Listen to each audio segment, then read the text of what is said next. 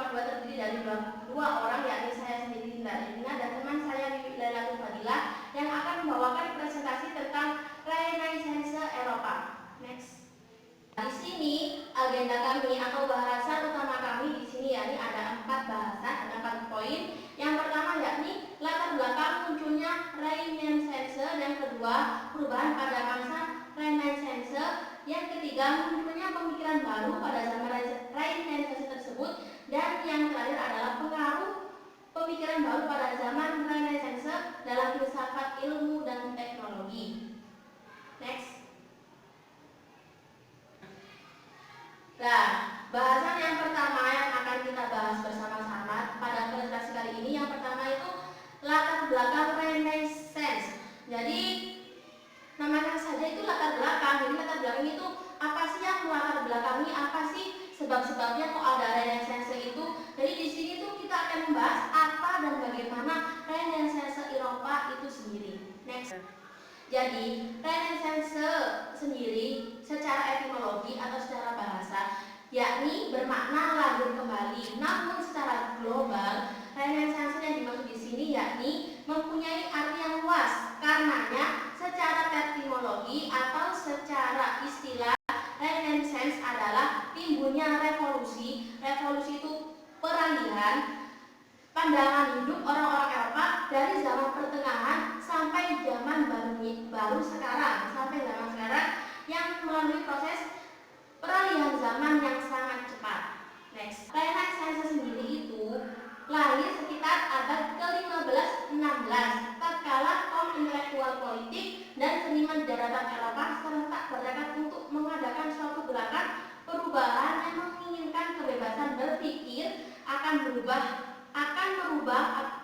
doktrin agama mereka yang dirasakan sangat mengekang kemerdekaan batin. Jadi mereka di sini itu yang bertekad mengadakan suatu gerakan baru yang mulanya mereka itu secara agama, secara pemikiran itu terkekang. Di sini mereka akan membebaskan dirinya dari masalah-masalah tersebut untuk menuju apa? Menuju kemerdekaan batin. Dan yang kedua, pusat persemaian pemikiran ini berlangsung di Italia. Jadi Renaissance sendiri itu berlangsung di Italia, terutama yang selanjutnya menyebar ke Eropa. Jadi mulanya itu tidak langsung se Eropa, tapi mulanya itu adalah terjadi di Italia dan kemudian menyebar luas ke seluruh Eropa dan telah menjadi cikal bakal lahirnya modernisasi tahap pertama di dunia. Jadi Renaissance Eropa itu menjadi cikal bakal atau pertama-tamanya modernisasi di dunia ini, seperti itu. Dan yang ketiga, sebabnya lahirnya Renaissance itu apa?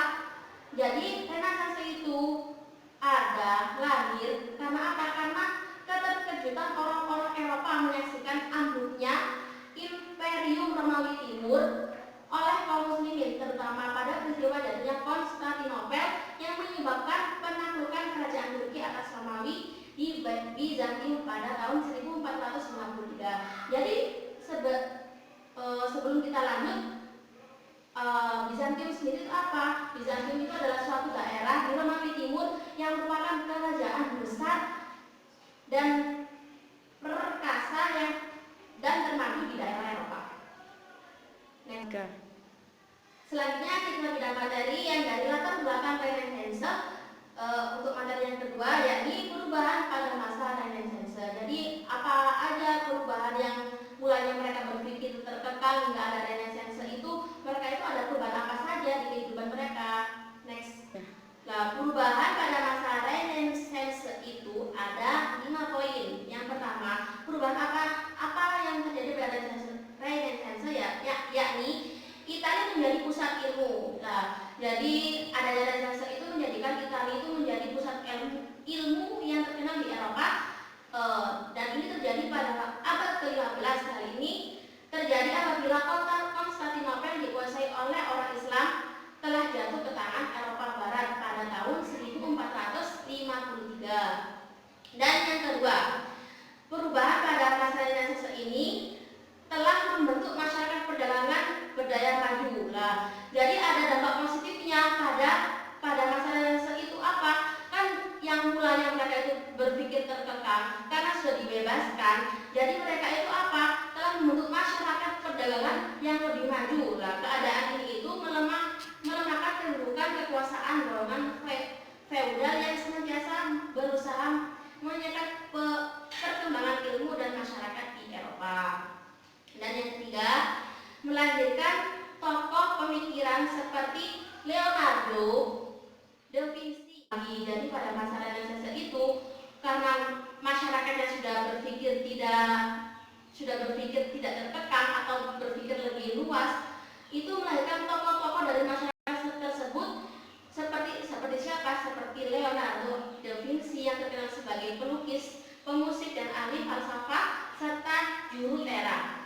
Dan yang kedua, melahir tokoh tersebut yakni siapa? Michelangelo merupakan tokoh seni, arsitek, juru tera, penyair, dan ahli anatomi. Dan yang keempat, atas terjadinya perubahan Renaissance itu Renaissance telah melahirkan masyarakat yang lebih progresif. Jadi mereka itu Renaissance itu lebih progresif dan mewujudkan semangat inquiry sehingga membawa kepada aktivitas penjelajahan dan perekonomian. Jadi Renaissance itu menyebabkan apa? Masyarakat jadi lahir kembali dengan progresif yang lebih baik, dengan semangat yang lebih baik karena tidak ada pengembangan pemikiran tadi. Dan yang kelima, yang terakhir, jadi pada masa Renaissance itu memunculkan ajaran-ajaran yang berciri-ciri sebagai berikut. Nah, ciri-ciri tersebut ini akan disampaikan oleh teman saya yang bernama Bibi Lailatul Fadilah. Karena dari saya cukup sekian. Wassalamualaikum warahmatullahi wabarakatuh. Assalamualaikum warahmatullahi wabarakatuh. Saya Bibi Lailatul Fadilah akan menyambung presentasi pertama dari pemateri 1, yaitu Hinda Ayunina. Tadi sedikit disinggung mengenai ciri-ciri ajaran masa Renaissance. Nah, di sini saya akan menjelaskan ciri-ciri tersebut. Yang pertama yaitu individualisme, adalah mengutamakan kepentingan pribadi. Jadi di sini individualisme yaitu paham yang mengutamakan kepentingan pribadi daripada kepentingan umum. Yang kedua yaitu sekularisme. Sekularisme adalah mengutamakan keduniawian. Jadi orang-orang pada masa Renaissance itu lebih mengutamakan keduniawian dan menolak atau lebih keluar dari kekangan dan gereja. Yang ketiga berikutnya yaitu skeptisisme. Skeptisisme adalah tidak mudah percaya pada apa yang dilontarkan orang lain. Selanjutnya materialisme. Materialisme mengutamakan masalah kebendaan sebagai pemuas nafsu kehidupan. Selanjutnya rasionalisme, yaitu segala sesuatu yang harus ditimbang dengan akal sehat. Selanjutnya atau ciri ajaran masa Renaissance yang terakhir yaitu klasisisme. Klasisisme adalah sikap meniru atau memuji dari kebudayaan klasik. Selanjutnya yaitu munculnya pemikiran baru pada zaman Renaissance, yaitu unsur baru yang diperoleh dari kebangkitan intelektual pada abad ke-12 adalah kembali bangkitnya minat pada ilmu dan filsafat Yunani. Hal ini dirangsang oleh kontak yang terjadi dengan orang-orang Islam selama Perang Salib. Jadi di sini dijelaskan bahwa pada masa Renaissance ini masyarakatnya sudah tumbuh kembali untuk mencintai atau ingin menghidupkan kembali ilmu-ilmu serta filsafat-filsafat Yunani. Di sini kita akan memasuki munculnya pemikiran baru pada zaman Renaissance dalam bidang filsafat, ilmu, dan teknologi. Yang pertama yaitu dalam bidang filsafat. Pada masa Renaissance ini juga berkembang bentuk pemikiran manusia baru yang terlepas dengan gereja, di antaranya yaitu yang pertama rasionalisme atau paham yang menganggap manusia mampu mengatur dirinya sendiri. Jadi di sini paham humanisme adalah manusia itu menganggap bahwa itu manusia sendiri itu mampu mengendalikan dirinya. Terus yang kedua yaitu rasionalisme, paham yang mengatakan bahwa pengetahuan diperoleh dari berpikir. Jadi rasionalisme di sini yang dimaksud semuanya itu diperoleh manusia dengan cara berpikir. Selanjutnya yaitu empirisme. Empirisme di sini kebalikan dari rasionalisme. Empirisme yang dimaksud yaitu paham yang mengatakan bahwa pengetahuan diperoleh dari pengalaman. Yang keempat yaitu materialisme.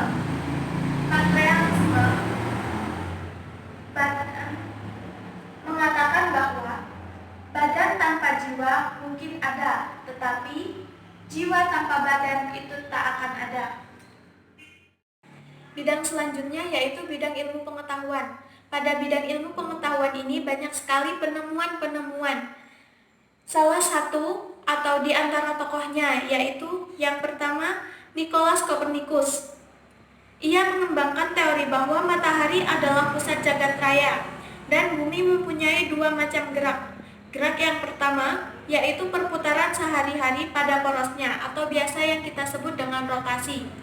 Sedangkan perputaran tahunan mengitari matahari itu menjadi putaran yang kedua.